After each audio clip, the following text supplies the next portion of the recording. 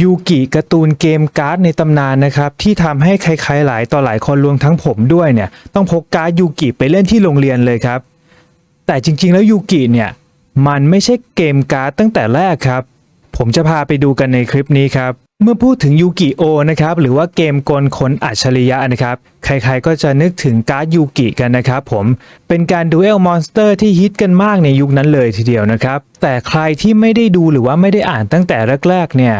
คงจะไม่รู้นะครับว่าเขาเนี่ยไม่ได้เล่นการ์ดกันตั้งแต่แรกครับซึ่งกว่าการ์ดยูกิเนี่ยจะโผล่เข้ามาในเรื่องนะครับใช้เวลาถึง8ตอนด้วยกันนะครับผมจะเล่าให้ฟังครับเริ่มจากตอนที่1ครับในตอนนั้นเนี่ยยูกิยังตัวต่อปริศนาพันปียังไม่สำเร็จครับตัวต่อปริศนาพันปีเนี่ยยังเป็นชิ้นแยกกันอยู่เลยยูกินะครับเป็นเด็กที่โดนแกล้งบ่อยๆครับคนที่แกล้งยูกิเนี่ยก็ได้แก่เจ้าโจโนะอุจิกับฮอนดะนั่นเองครับอยู่มาวันหนึ่งครับยูกิได้เอาตัวต่อปริศนาพันปีไปที่โรงเรียนด้วยครับหวังว่าจะต่อตอนพักกลางวันแต่แล้วเจ้าโจโนะอุจิเนี่ยก็มาแย่งกล่องตัวต่อปริศนาพันปีไปครับแต่อันสุเนี่ยก็เข้ามาช่วยแล้วเอาคืนมาได้ครับแต่จริงๆแล้วตอนที่โจโนะอุจิเนี่ยเอากล่องตัวต่อปริศนาพันปีไปเนี่ยจริงๆแล้วเขาได้แอบหยิบออกมาด้วยชิ้นหนึ่งแล้วด้วยครับยูกิได้บอกกับอันสุว่านี่คือตัวต่อปริศนาพันปีที่เขาต่อมาแล้วถึง8ปียังไม่สำเร็จหากใครต่อได้จะสามารถขอพรได้และพรที่ขอก็จะเป็นจริงได้ด้วยแต่ตอนที่คุยกับอันสุเสร็จครับก็ได้มีพี่เบิ้มขายใหญ่ของโรงเรียนเนี่ยเดินมาหายูกิครับ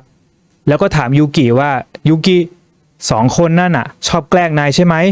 ฉันจะไปจัดการให้เองแต่ยูกิก็บอกว่าเขาไม่ได้แกล้งครับ2คนนั่นน่ะเป็นเพื่อนของยูกิเองเขาไม่ได้แกล้งอะไร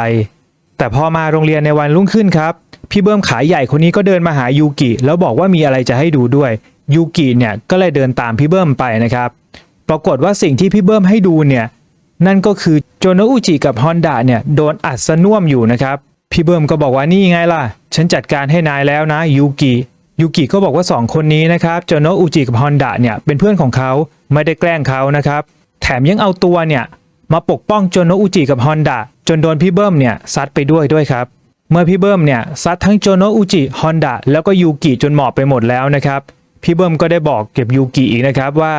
เขาเนี่ยคิดค่าบริการด้วยนะครับ200,000 เยนแล้วเขาก็บอกอีกว่าถ้าไม่เอาเงินมาให้นะครับทั้ง3คนน่ะจะต้องโดนอัดอีกรอบหนึ่งครับยูกินะครับเมื่อกลับไปบ้านเนี่ยก็ได้ไปแงะกระปุกออมสินมาดูครับปรากฏว่าไม่มีตังค์ถึง200,000หรอกครับเด็กที่ไหนจะไปมีตังค์ถึง200,000 เยนกันได้ใช่ไหมฮะ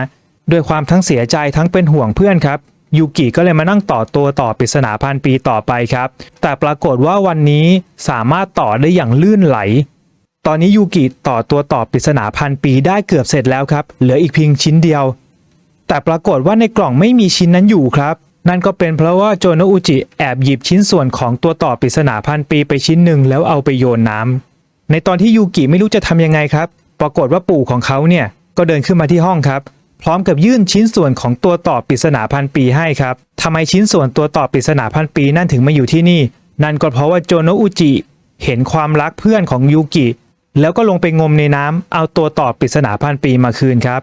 เมื่อยูกิตัวต่อปริศนาพันปีสำเร็จครับสิ่งที่ยูกิเฝ้าฝันมาตลอดก็เป็นจริงครับก็ได้เกิดยูกิอีกคนหนึ่งในร่างครับยูกิจึงไปหาพี่เบิ้มครับแล้วก็บอกว่าเอาเงินมาให้แล้วแต่ไม่ได้ให้ง่ายๆนะเราต้องเล่นเกมกันนิดนึงเกมที่ว่านะครับก็คือการที่เอาเงินเนี่ยทั้งปึกมาวางไว้บนหลังมือนะครับแล้วก็ต่างฝ่ายต่างสลับกันเอามีดเนี่ยทิ่มเงินที่อยู่หลังมือไปใครทิ่มได้เท่าไหร่ก็เอาไปเท่านั้นครับทั้ง2ฝ่ายก็สลับกันเอามีดทิ่มนะครับซึ่งแน่นอนแหละช่วงแรกๆจะเล่นง่ายหน่อยเพราะว่าเราสามารถทิ่มแรงๆได้เพราะว่าเงินเนี่ยยังเป็นปึกหนาๆอยู่ครับแต่พอหลังๆเงินเริ่มบางลงทำให้เราเนี่ยไม่กล้าที่จะทิ่มแรงแล้วตรงนี้นี่แหละครับทำให้พอถึงตาพี่เบิ้มเนี่ยพี่เบิ้มทำท่าเหมือนจะทิ่มลงไปที่เงินครับซึ่งก็ตอนนี้แหละครับพี่เบิ้มเนี่ยก็โกงครับแทนที่จะเอามีดเนี่ยทิ่มลงไปที่เงินนะครับเขาก็ทิ่มเข้าไปที่ยูกิแทนครับในเมื่อพี่เบิ้มเล่นโกงแบบนี้เกมลงทันก็เลยทำงานครับในตอนเช้านะครับเมื่อทุกคนมาโรงเรียนกันก็เจอพี่เบิ้มเนี่ยกลิ้งอยู่ในกองใบไม้ครับโดยเพ้อว่ากองใบไม้นั่นน่ะเป็นกองเงินคนที่บ้าอำนาจอยากจะได้แต่เงินแถมยังโกงคนอื่นด้วยก็เลยโดนเกมลงทันของยูกิไปและนี่เป็นตอนแรกเป็นเกมแรกในการเดิมพันของยูกิครับ ซึ่งเมื่อจบตอนแรกนะครับคำอธิษฐานคำขอของยูกินั้นก็เป็นจริงครับตอนนี้ยูกิมีเพื่อนแล้วครับคือนั่นก็คือโจโนอุจิและฮอนดะตอนนี้เป็นเพื่อนรักของยูกิเรียบร้อยแล้วครับในตอนที่2นะครับเกิดขึ้นที่โรงเรียนเหมือนกันเนื่องจากมีรายการหนึ่งครับจะมาถ่ายทำรายการจะมาถ่ายทำสกู๊ปเกี่ยวกับการกลั่นแกล้งที่โรงเรียนครับแต่วิธีของเขาเนี่ยสุดจะแปลกครับนั่นก็คือการที่จะหาเด็กที่ดูท่าทางน่าจะถูกกลั่นแกล้งก็จะเป็นใครไม่ได้ครับนั่นก็คือยูกินั่นเองครับทีมงานนะครับแอบตั้งกล้องอยู่ที่พุ่มไม้แล้วให้คนเนี่ยไปพายูกิมาครับพอมาถึงจุดที่ถ่ายทำก็ลงมือซ้อมอัดยูกิซะน่วมเลยนะครับเสร็จแล้วพอโจโนอุจิมาเห็นเนี่ยจะมาช่วยยูกิครับผู้กำกับก็โผล่ออกมาจากพุ่มไม้แล้วก็อัดโจโนอุจิอีกด้วยครับนี่มันอะไรกันครับเนี่ยนี่คือการถ่ายทำอะไรกันเมื่อเกิดการกระทำที่สกปรกแบบนี้ยูกิร่างมืดก็ต้องออกมาจัดการครับยูกินั้นได้ไปดักรอผู้กำกับที่จอดรถครับพร้อมกับท้าดวลเกมไซโคไลน์ขึ้นเกมที่ว่าก็คือการทอยลูกเต๋าครับใครที่ทอยลูกเต๋าได้แต้มน้อยกว่าเป็นผู้ชนะครับยูกิเป็นคนทอยก่อนนะครับแต้มที่ออกมาคือ6แต้มครับผู้กำกับก็ถึงกับสะใจนะครับเพราะว่าการทอยลูกเต๋าลูกเดียวเนี่ยแต้มมากที่สุดคือ6เพราะฉะนั้นไม่ว่าผู้กำกับจะทอยยังไงก็ได้แต้มน้อยกว่ายังไงก็ชนะอยู่ดีครับ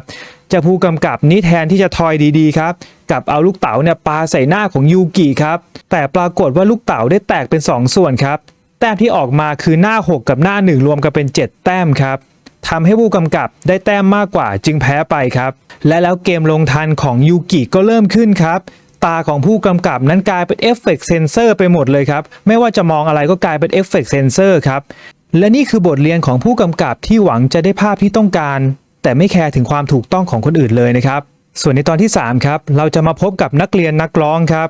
ให้เรานึกถึงประมาณใจแอนในเรื่องโนบิตะเลยครับเป็นคนที่ชอบร้องเพลงแต่เสียงนั้นสุดจะทำลายโสตประสาทนะครับแต่เจ้าคนนี้ก็เป็นนักเลงขาใหญ่ครับบังคับให้ทุกคนเนี่ยซื้อตั๋วของเขาครับ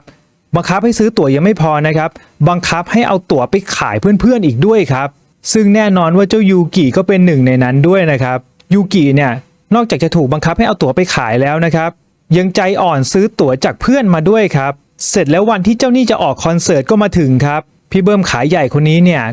ก็จะไปร้องเพลงที่ร้านคาราโอเกะครับในห้องคาราโอเกะนี้นะครับเจ้าพี่เบิ้มเนี่ยก็ถึงกับหงุดหงิดครับที่ยูกิเนี่ยขายตั๋วไม่ได้เลยสักใบครับซึ่งมันก็แน่อยู่แล้วครับใครจะไปซื้อตั๋วล่ะครับจริงไหมครับพี่เบิ้มก็เลยบอกว่ายูกิงั้นแกฟังเพลงของฉันชัดๆเลยนะโดยพี่เบิ้มเนี่ยเอาหูฟังไปใส่หูของยูกิครับแล้วก็ตะเบงเสียงออกมาครับแถมในห้องคาราโอเกะนี้ครับยังมีเพื่อนอีก1คนครับโดนซ้อมหมอบอยู่เหมือนกันครับยูกิด้วยความที่ทนไม่ได้ครับยูกิร่างมืดจึงออกมาท้าเล่นเกมแห่งความมืดกันครับโดยเกมที่ยูกิท้าแข่งครับมีชื่อว่าเกมเงียบครับโดยการที่จะเอาตัวจับเสียงนะครับมาตั้งไว้อยู่ข้างหน้าของทั้งคู่ทั้งยูกิและทั้งพี่เบิ้มด้วยนะครับถ้าเกิดตัวจับเสียงของใครจับได้ว่ามีเสียงเนี่ยคนนั้นก็จะแพ้ไปเมื่อเกมเริ่มนะครับทั้ง2คนต่างฝ่ายต่างเงียบครับแต่เจ้าพี่เบิ้มใจแอนก็แอบโกงอีกแล้วครับแอบถอดแจ็คไมโครโฟนแล้วเอาไปวางที่แก้วของยูกิครับถ้าเกิดว่าแจ็คนี้ตกลงไปในแก้วก็จะเกิดเสียงดังขึ้นทำให้ยูกิแพ้ไปนั่นเองครับพี่ใจแอนก็ได้แต่จ้องนะครับรอลุ้นให้สายแจ็คเนี่ยตกลงไปในแก้วครับยิ่งจ้องก็ยิ่งลุ้นยิ่งจ้องก็ยิ่งลุ้นเสียงหัวใจของพี่ใจแอนเนี่ยก็ดังขึ้นเรื่อยๆครับดังจนเข้าไมค์จนเกิดเสียงขึ้นครับทำให้ตัวตรวจจับเสียงของทางพี่ใจแอนเนี่ยดังขึ้นครับพี่ใจแอนจึงแพ้ไปเกมลงทันที่พี่ใจแอนจะต้องเจอนะครับนั่นก็คือเสียงหัวใจของพี่ใจแอนเองนี่แหละครับที่เต้นดังจนหนวกหูพี่ใจแอนตลอดเวลาและนี่ก็เป็นเกมลงทันของคนที่อยากจะให้คนอื่นฟังแต่เสียงของตัวเองแต่ไม่ได้แคร์เลยว่าคนอื่นนั้นอยากจะฟังหรือเปล่านะครับต่อมาเป็นในตอนที่4ครับในตอนนี้เนี่ยอันสุไปทำงานอยู่ในร้านเบอร์เกอร์ครับแต่งตัวน่ารักเชียวนะครับมียูกิกับโจโนอุจิเป็นลูกค้าด้วยนะฮะในตอนนี้เนี่ยนะครับทุกอย่างดูเหมือนจะเป็นไปด้วยดีนะครับแต่ก็มีนักโทษแหกคุกพร้อมปืนครับบุกเข้ามาในร้านแล้วจับอันสุเป็นตัวประกันข้อเรียกร้องของเจ้านักโทษนี้คืออยากได้เหล้ากับบุหรี่ครับโดยเจ้านักโทษนี้เลือกให้ยูกิเป็นคนเอาเหล้ากับบุหรี่ไปเสิร์ฟให้มันครับอันสุที่โดนปิดตาอยู่ครับแต่พอได้ยินเจ้านักโทษเนี่ยเรียกว่าเจ้าหนูอ่อนแอก็น่าจะรู้ได้ทันทีว่าน่าจะเป็นยูกิอย่างแน่นอนครับจึงลุกขึ้นตะโกนว่าอย่าเข้ามานะยูกิเจ้านักโทษนะก็เลยตบอันสุเข้าไปครับยูกิที่เห็นอันสุโดนตบครับยูกิร่างมืดจึงต้องออกมาจัดการยูกิร่างมืดก็ได้เข้าไปนั่งร่วมโต๊ะกับเจ้านักโทษฮะพร้อมกับท้าเกมการแข่งขันเกิดขึ้นครับโดยยูกินั้นบอกว่าให้เรา2คนเนี่ยเลือกนิ้วที่อยากจะใช้มาได้นิ้วเดียวห้ามใช้นิ้วอื่นๆเด็ดขาด ซึ่งแน่นอนว่าเจ้านักโทษเนี่ยจะต้องเลือกนิ้วชี้อย่างแน่นอนเพราะนิ้วชี้จะเป็นนิ้วที่เหนี่ยวไกปืนไว้ยิงยูกินั่นเองครับส่วนยูกินั้นเลือกนิ้วโป้งขณะที่เจ้านักโทษนั้นกำลังลิ้นเหล้าอยู่ครับแล้วในปากนั้นคาบบุหรี่อยู่ด้วยยูกินั้นได้หยิบไฟแช็กขึ้นมาแล้วใช้นิ้วโป้งที่เขาเลือกจุดไฟแช็กไปที่บุหรี่ของเจ้านักโทษแล้วเอาไฟแช็กวางลงบนมือที่กำลังลิ้นเหล้าอยู่ตอนนี้เจ้านักโทษไม่สามารถเหนี่ยวไกได้ครั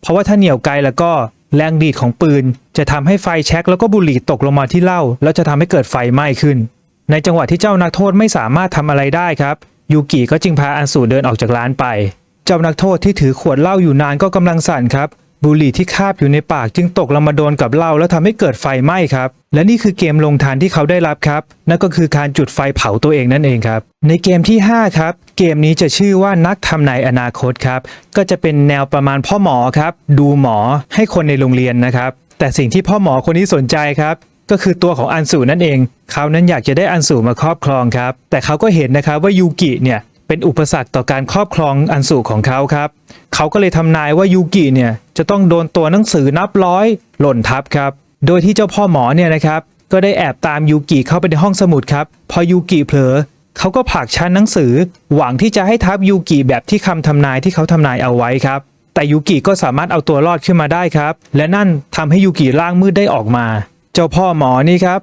ด้วยความที่คิดว่าจัดการกับยูกิได้แล้วจึงจะไปจัดการกับอันสูต่อครับโดยตอนนี้อันสูอยู่ในห้องเรียนเพียงลำพังครับเจ้าพ่อหมอนี่ก็เข้าไปในห้องครับพร้อมกับโปะยาสลบใส่อันสูครับตอนนี้อันสูไม่ได้สติแล้วเจ้าพ่อหมอหวังที่จะครอบครองอันสูครับในขณะที่อันสูไม่ได้สติสลึมสลืออยู่นั้นนะครับยูกิร่างมืดก็โผล่ออกมาครับแล้วบอกว่าแกทำไม่สำเร็จหรอกนะเจ้าพ่อหมอพร้อมกับท้าแข่งเกมเหมือนเดิมครับโดยกติกาของเกมนี้ครับก็คือการที่เอากระดาษหลายๆแผ่นวางไว้บนโต๊ะครับแล้วเอาขวดยาสลบของเจ้าพ่อหมอเนี่ยวางเอาไว้แต่ละคนผลัดกันดึงกระดาษครับใครดึงกระดาษแล้วขวดหล่นก็ถือว่าแพ้ไปในเกมแรกๆเนี่ยยังไม่ยากครับเพราะว่าขวดเนี่ยวางอยู่ตรงกลางโต๊ะครับถึงจะดึงกระดาษแล้วขวดมันเซยังไงมันก็ยังอยู่ในกลางโต๊ะอยู่ครับแต่แล้วตาที่จะชี้ชะตาก็มาถึงครับตาของพ่อหมอนั่นเองครับตอนนี้ขวดวางอยู่ริมโต๊ะเลยทีเดียวครับเจ้าพ่อหมอที่เชื่อว่าตัวเองมีพลังจิตครับจึงได้เสกขวดให้ลอยขึ้นครับเมื่อขวดนั้นลอยขึ้นแล้วเจ้าพ่อหมอก็ทำการดึงกระดาษอย่างชิวๆครับแต่ปรากฏว่าขวดนั้นหล่นลงมาแตกครับนั่นก็เพราะว่าขวดนั้นไม่ได้ลอยขึ้นครับนั่นเป็นภาพหลอนที่เจ้าพ่อหมอเนี่ยคิดขึ้นมาเองครับผมในเมื่อขวดหล่นครับเกมลงทันก็เริ่มขึ้นครับขวดยาสลบก็ได้แตกครับและได้ออกฤทธิ์ทำให้พ่อหมอเนี่ยหลับปุ๋ยไปเลยทีเดียวครับและนี่ก็เป็นเกมลงทันของคนที่ชอบหลอกลวงกับความเชื่อของคนอื่นนะครับเป็นอันจบลงไปกับเกมที่5ครับต่อมาเป็นเกมที่6ครับในตอนที่6นี้นะครับที่โรงเรียนเนี่ยจะมีงานโรงเรียนกันเกิดขึ้นครับโดยอันสูเนี่ยถูกได้รับเลือกเป็นผู้จัดการงานด้วยครับอันสูจึงมีความตั้งใจที่จะทำให้งานนี้ออกมาดูดีที่สุดครับแต่ก็ไม่วายมีเรื่องทะเลาะกับห้องอื่นด้วยครับห้องยูกิที่ทะเลาะกับห้องอื่นนะครับก็ได้เกิดการทะเลาะวิวาทแล้วก็ได้มีการขัดขวางงานเกิดขึ้นครับยูกิที่ตั้งใจจะเข้ามาช่วยเพื่อนๆนะครับก็ได้โดนลูกหลงบาดเจ็บสลบเหมือดอยู่ที่ห้องพยาบาลด้วยครับยูกิพอได้สติครับตื่นมาก็ได้เห็นอันสูนั่งเฝ้าอยู่ครับพร้อมกับน้ำตานั่นก็เพราะว่าอันสูนั้นเสียใจครับที่จัดการอะไรออกมาได้ไม่ดียูกิที่เห็นน้ำตาของเพื่อนแบบนี้จึงทนไม่ได้ครับยูกิร่างมืดจึงต้องออกมาจัดการยูกิร่างมืดจึงได้ไปท้าหัวหน้าห้องของอีกห้องหนึ่งแข่งเกมกันครับเพื่อจะตัดสินชะตาเกมที่ยูกิท้าแข่งนะครับนั่นก็คือการเอาน้ำแข็งก้อนกลมๆครับลักษณะเหมือนลูกฮอกกี้ครับแล้วตรงกลางของก้อนน้ำแข็งนั่นน่ะมีหลอดใส่ดินปืนเอาไว้อยู่ด้วยครับแล้วแต่ละฝ่ายนะครับจะผัดกันตีลูกฮอกกี้น้ำแข็งเนี่ยอยู่บนแผ่นเหล็กครับพูดง่ายๆก็คือความร้อนที่อยู่บนแผ่นเหล็กจะทำให้น้ำแข็งละลายครับเมื่อน้ำแข็งละลายหลอดดินปืนก็จะตกลงบนแผ่นเหล็กครับแล้วจะทำให้ระเบิดซึ่งถ้าในตอนนั้นลูกฮอกกี้น้ำแข็งนี่อยู่ฝั่งใครฝั่งนั้นก็จะโดนระเบิดครับซึ่งในเกมนี้ยูกิก็เอาชนะลงไปได้ครับฝ่ายที่โดนระเบิดก็คือฝ่ายตรงข้ามทำให้งานโรงเรียนครั้งนี้อันสูได้เป็นคนจัดการแล้วก็ผ่านมันไปได้ด้วยดีครับจบลงไปในเกมที่6นะครับต่อไปเป็นเกมที่7ครับโดยเกมที่7นั้นมีชื่อว่าใบหน้าที่แท้จริงซึ่งในตอนนี้ครับจะเป็นเรื่องของผู้ช่วยผู้อำนวยการสาวสวยที่ชอบไล่นักเรียนที่ไม่ถูกใจออกจากโรงเรียนไปครับครูคนนี้ถึงแม้จะหน้าตาสะสวยครับแต่จิตใจนั้นไม่ได้สวยอย่างหน้าตาเลยซึ่งในตอนนี้เนี่ยนะครับฮอนดะเพื่อนของยูกิเนี่ยนะครับส่งของขวัญไปให้เพื่อนผู้หญิงในห้องที่แอบชอบด้วยครับทีนี้อาจารย์จอมไล่ออกคนนี้เนี่ยนะครับพอรู้ว่ามีเรื่องแบบนี้เกิดขึ้นครับจึงขู่ว่าจะไล่ออกครับเพราะว่ามีกฎห้ามนักเรียนคิดเกินเพื่อนกันครับครูคนนี้จึงได้ถามนะครับว่าใครเป็นคนให้ เพราะว่าใครที่ให้เนี่ยจะโดนไล่ออกแต่ยูกิและโจโนะอุจิด้วยความที่รักเพื่อนครับจึงได้ลุกขึ้นมาบอกว่าผมเป็นคนให้เองครับตัวฮอนดะเองก็ออกมายอมรับเหมือนกันครับเท่ากับว่าตอนนี้คนที่ยอมรับว่าเป็นคนให้มีอยู่3คนด้วยกันก็คือยูกิโจโนะอุจิและฮอนดะของขวัญชิ้นนั้นเป็นจิ๊กซอว์ครับพร้อมกับเขียนข้อความลงไปในนั้นครูจอมไล่ออกจึงบอกว่าเดี๋ยวฉันจะต่อจิ๊กซอว์นะถ้ามันเป็นชื่อใครแล้วก็คนคนนั้นจะต้องถูกไล่ออกในขณะที่ครูกำลังต่อจิ๊กซอว์อยู่นั้นครับ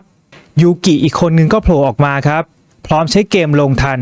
คุณครูคนนี้โดนเกมลงทันครับหน้าตาสะสวยที่แต่งเอาไว้ปกปิดจิตใจอันดำมืดก็ได้แตกออกมาเป็นจิ๊กซอว์ครับความลับที่อยู่ใต้เครื่องสำอางนั่นจึงถูกเปิดเผยจิตใจนั้นไม่ได้สวยเหมือนหน้าตาครับทำให้ครูคนนี้รีบวิ่งออกจากห้องไป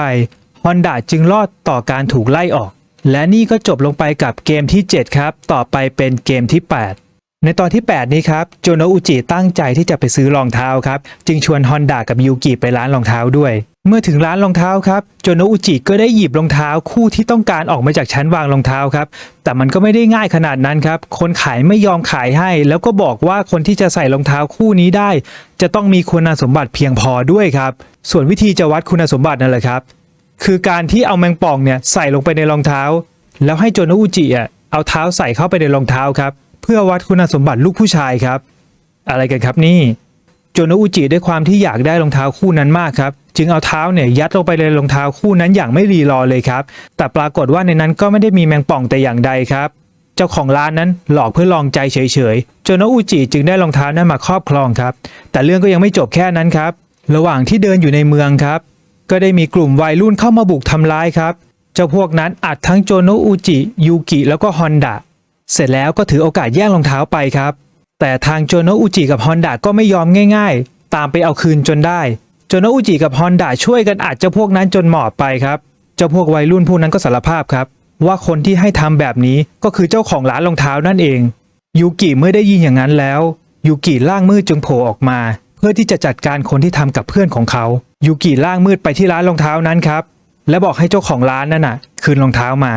คราวนี้เจ้าของร้านทำท่าจะคืนรองเท้าให้ครับแต่แอบใส่แมงป่องเข้าไปด้วยยูกินั้นรู้ทันว่าคราวนี้เจ้าของร้านต้องใส่แมงป่องเข้าไปแน่จึงใส่เหรียญลงไปในนั้นยูกิก็เลยชวนเจ้าของร้านนั้นเล่นเกมครับนั่นก็คือเหรียญที่ยูกิใส่ลงไปในรองเท้านั้นมีอยู่10เหรียญให้แต่ละคนผลัดกันหยิบเหรียญออกมาให้ได้มากที่สุดโดยไม่โดนแมงป่องกัดคนที่หยิบเหรียญออกมาได้มากที่สุดเป็นผู้ชนะไปพ่อค้าขายรองเท้าจึงบอกว่าอย่างนั้นก็ได้แต่ว่ามีข้อแม้นะ1เหรียญเท่ากับ100,000นายต้องจ่าย100,000ทุกๆ1เหรียญที่ฉันหยิบได้ยูกิก็บอกว่าตกลงแต่ถ้ายูกิชนะแล้วก็ขอแค่รองเท้าคืนให้เพื่อนก็พอทั้งสองจึงเริ่มแข่งเกมกันครับทั้งสองก็ผลัดกันหยิบเหรียญครับยูกิค่อยๆหยิบทีละเหรียญด้วยความระมัดระวังแต่เจ้าของร้านรองเท้าก็ปิ๊งไอเดียขึ้นมาครับหยิบมีดขึ้นมาแทงเข้าไปในรองเท้าหวังให้แมงป่องตายแล้วจะหยิบเหรียญขึ้นมาครับเจ้าของร้านเมื่อคิดว่าแมงป่องน่าจะตายแล้วจึงเอามือใส่ลงไปในรองเท้าอย่างไม่ทันระวังและกำเหรียญทั้งหมดขึ้นมาแต่ปรากฏว่าแทงไม่ได้โดนแมงป่องครับเจ้าของร้านจึงโดนแมงป่องของตัวเองนั้นกัดแมงป่องชนิดร้ายแรงที่เขาเลี้ยงเอาไว้เองตอนนี้ทำให้เขาโดนเกมลงทันต้องเข้าโรงพยาบาลไปแล้วครับก็จบไปแล้วนะครับกับ8เกมก่อนที่จะเจอเกมการ์ดนะครับในตอนต่อไปตอนที่9เนี่ยเราก็จะได้เห็นในเรื่องเนี่ยเอาการ์ดออกมาเล่นกันแล้วครับสำหรับคลิปนี้ก็จบลงแล้วใครที่ชอบหรืออยากให้ทำคอนเทนต์แบบนี้ต่อคอมเมนต์บอกกันด้านล่างได้เลยนะครับงั้นเจอกันใหม่ในคลิปหน้านะครับผมขอบคุณครับสวัสดีครับ